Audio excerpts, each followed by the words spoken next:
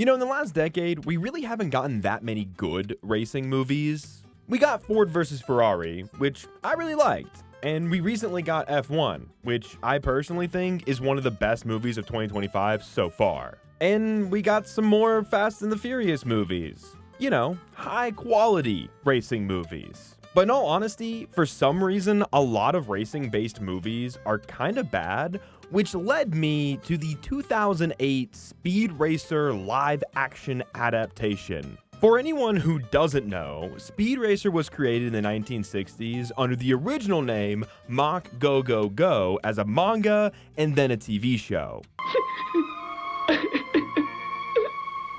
Stop crying. It won't do any good. And anyway, you have a lot of work to do starting right now. I watched it as a kid, and I remember really liking it. The wacky racing and cool car gadgets were perfect for a small-brained child. So, as someone who never got around to the live-action version, I figured, what the hell? The movie opens on a young speed racer in school, and he's too busy thinking about racing to be a good student. We then flash forward to present-day Speed Racer, which is something this intro does quite a bit.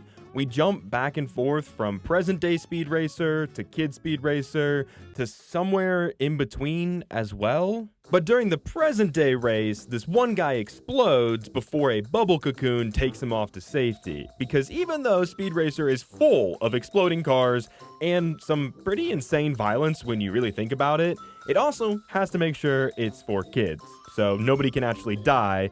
Hence this wonderful bubble cocoon that takes people away right before they explode in a fiery death.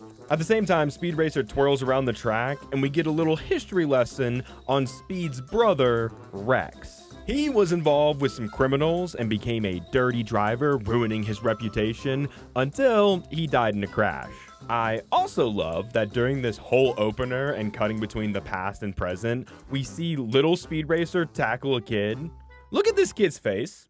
That might be the funniest thing in this entire movie. Speed ends up winning the race while just barely missing his brother's record, which brings a big racing businessman named Royalton over to his house. Royalton ends up flying out the whole racer team in his very green screen looking plane to his very CGI looking headquarters. He gives them a tour of his ugly green screen facility, which includes human pyramids, underwater diving, and whatever the fuck this is. Speed ultimately tells Royalton that he needs to think it over, while another guy named Cruncher feeds his piranhas and threatens to throw a guy in. You're really kind of pushing the kid-friendly limit when you start to put fingers into piranha tanks and have them eat them. Turns out this secret base is also inside of a semi-trailer, and even though it's swerving like this, the fish tank water is barely moving.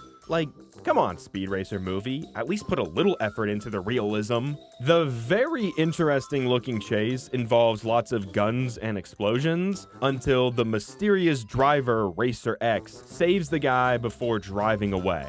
The guy that Racer X saved is Teiho Tokugan, and he also comes from a family that owns their own racing team.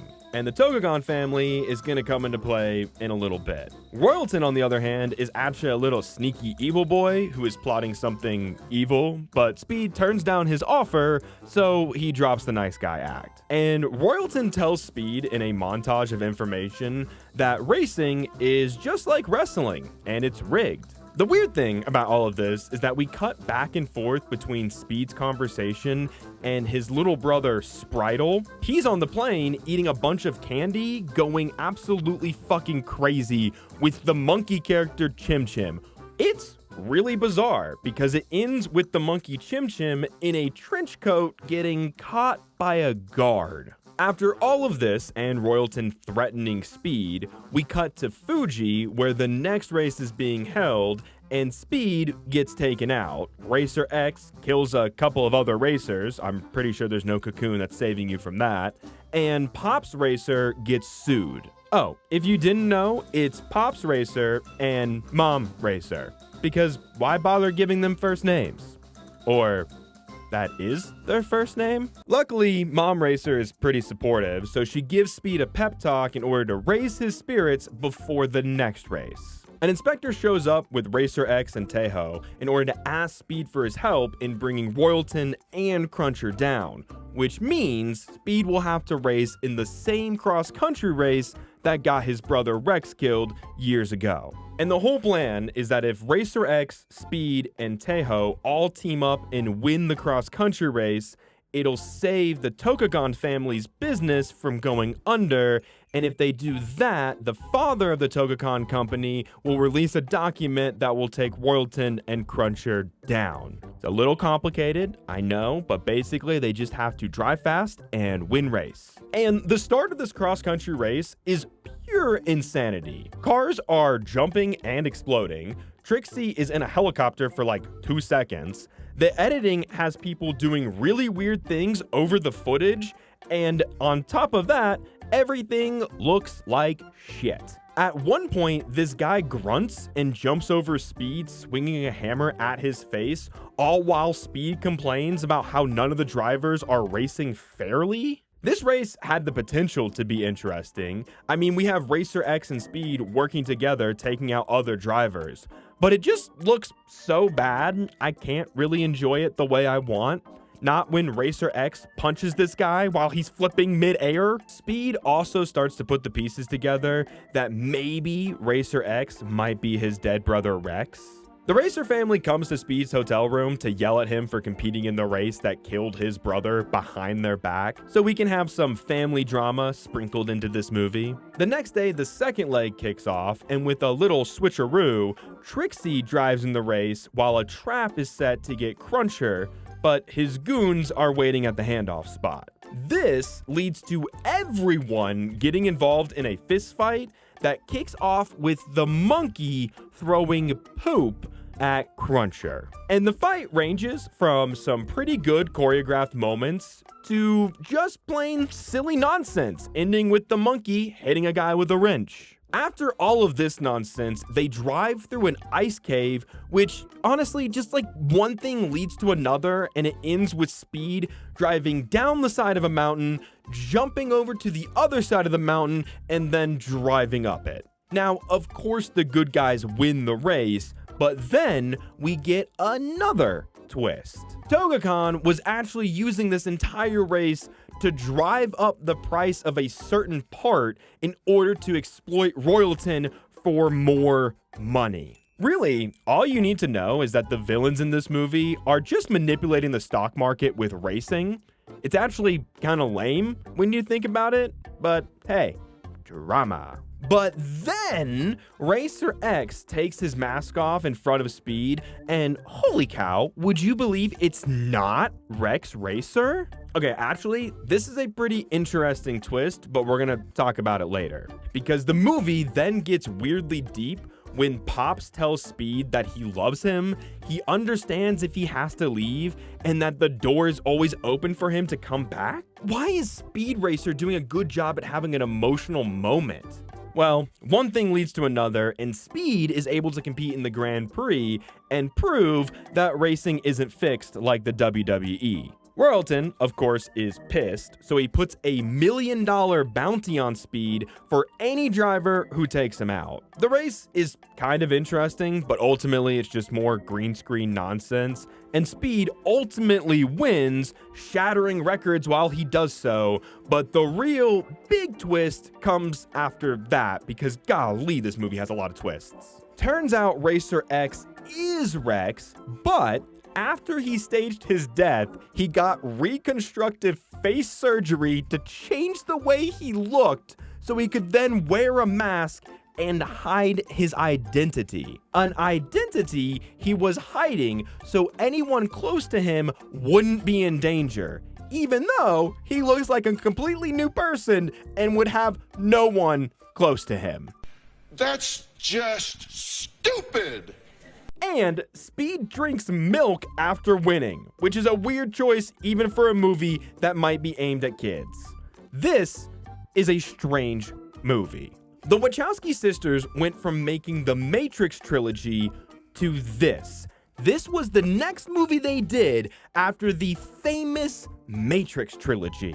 And I know that they were going for an inspired look based off the original 1960s Speed Racer manga, but this just doesn't work. Speed Racer has the same look as the Spy Kids movies that came out 5 years plus before this, and for 2008, these effects are embarrassing. At this point, we already saw the groundbreaking King Kong movie, and we got the first Transformers movie at this point, and that actually looks pretty solid. To utilize what looks like cheap green screen throughout your entire movie to make it look overly cartoonish is not a great idea in my opinion. Sometimes animated things just do not and cannot work in live action. Animation gets a bad rap for being childish, when in reality, animation opens up so many avenues for enhanced storytelling that live action just can't achieve. And Speed Racer is one of those things that even if it was made today, I'm not sure we can make it look good in live action. And the only thing that makes sense about this movie being directed by the Wachowski sisters